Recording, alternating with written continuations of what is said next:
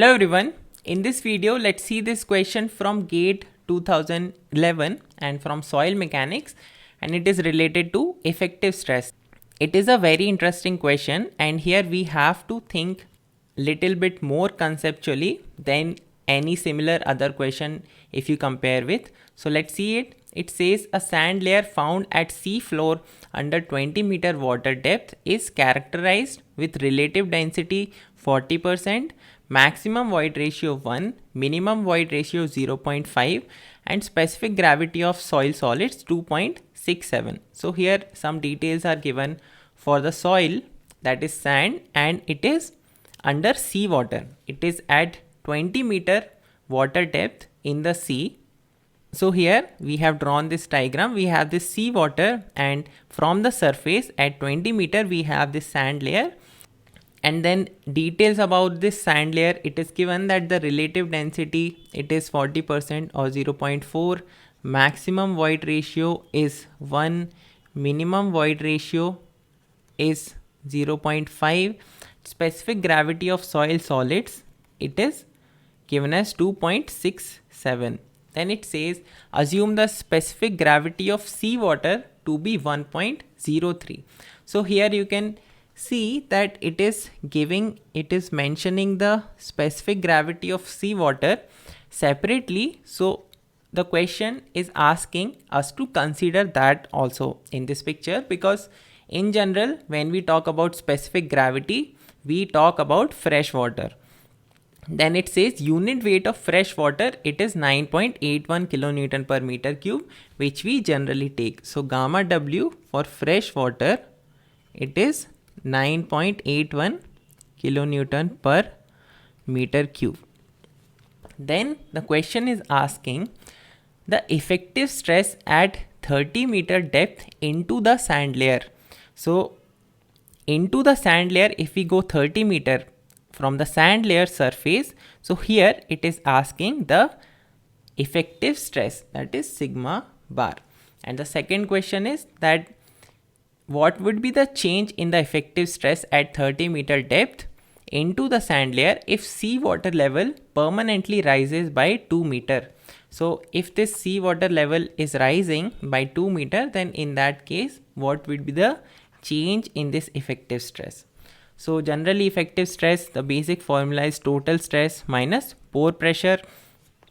Now to calculate total stress and pore pressure both, we need the respective unit weights.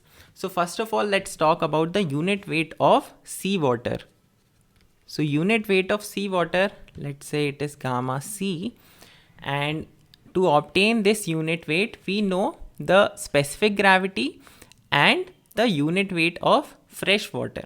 So we know the specific gravity, it is given as, if we talk in terms of unit weight, so it will be given as unit weight of seawater divided by unit weight of fresh water. So here we can just use this data. We know the specific gravity for seawater, that is 1.03. We want to know the unit weight of seawater, so that is in the numerator, and unit weight of fresh water, it is 9.81.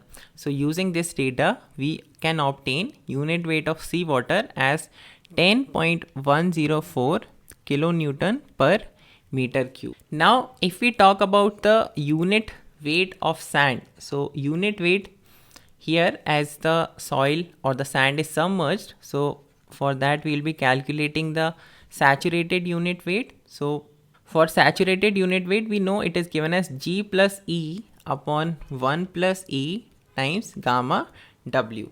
Now if we just take this data 2.67 plus E value, for E value we'll have to calculate from relative density and this maximum and minimum void ratio.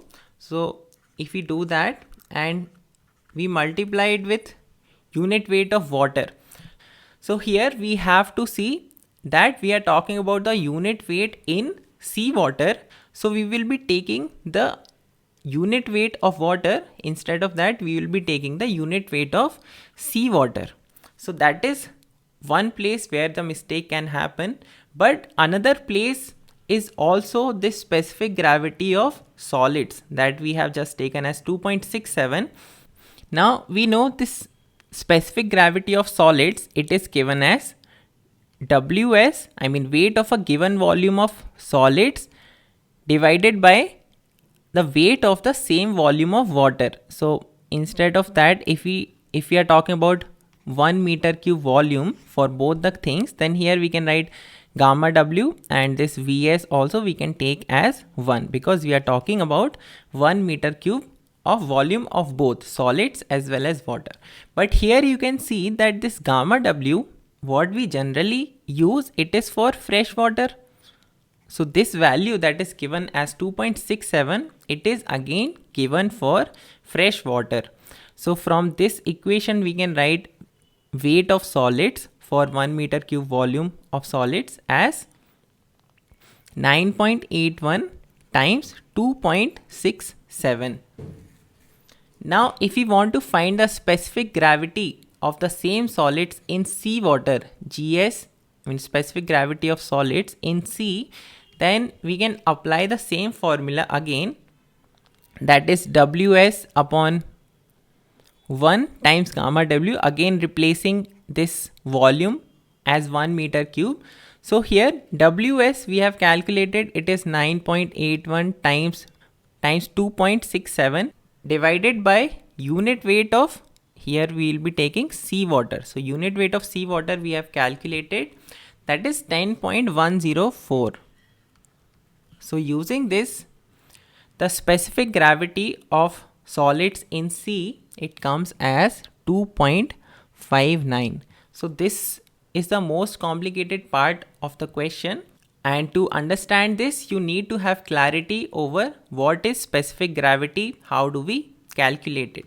So basically specific gravity is the weight of a given volume of solids or whatever is there for which we want to find a specific gravity, divided by weight of the same volume of water. So once we have this specific gravity, we can move on to solving the unit weight of sand in sea, and also we want to calculate this E. So for that we have the relative density formula, that is E max minus E divided by E max minus E minimum. So using that we have 0.4 is equal to E max is given as 1, E we want to find out, and E max, that is 1 minus 0.5. So if you solve this, we obtain the value of E as 0.8. Now we have E, we have the correct G value for solids. We also have the unit weight of seawater. So we can find out the saturated unit weight of sand as 2.59. This value is wrong here. This should be 2.59 as we have just done the calculation. 2.59 plus 0.8 divided by 1 plus 0.8 times 10.104, and using that we obtain this unit weight as 19.03 kilonewton per meter cube.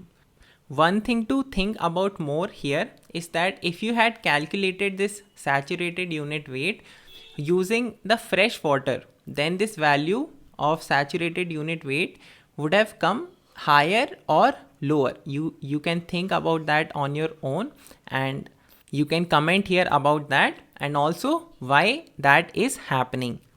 Now we can proceed to the calculation of effective stress. So for effective stress we can write it as the difference of total stress minus pore pressure, and total stress it will be, so the total stress we can calculate by finding the stress that will be there due to the sea water of 20 meter depth and stress due to the sand that is there for this 30 meter depth.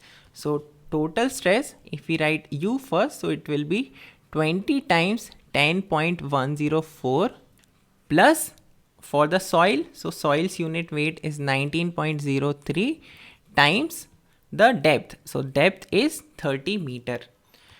Now we also have to calculate this pore pressure.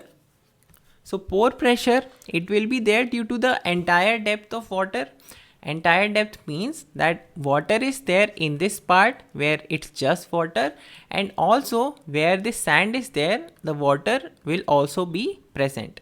So because of that, the total pore pressure will be 20 plus 30 times 10.104. Now if we take the difference, so you can see that this 20 times 104 in this pore pressure equation and in total stress equation, this will cancel out and we will be remaining with 30 times 19.03 minus 10.104. This would be the difference. And if you solve this, this value comes as about 268.08 kilonewton per meter square. So we can round it off to 268 kilonewton per meter square. So this is the first part of the question. Now you can see, if we wanted to directly find out the effective stress, we need not calculate this pore pressure separately, and we can write this effective stress directly as 19.03. I mean, instead of taking the saturated unit weight, we can take the submerged unit weight. So submerged unit weight would be saturated minus unit weight of water and times the depth, that is 30. So this equation will also give the same value. So this is the first part of the question. In the second part, it is saying that if the sea water level increases by 2 meter permanently, then what would be the change in the effective stress at the same depth? So in these equations, you can see that instead of this 20, if we do here 22 times 10.104, then in the pore pressure equation also, instead of 20, this will become 22. And when we take the difference, so both these parts will get cancelled and we will get the same effective stress.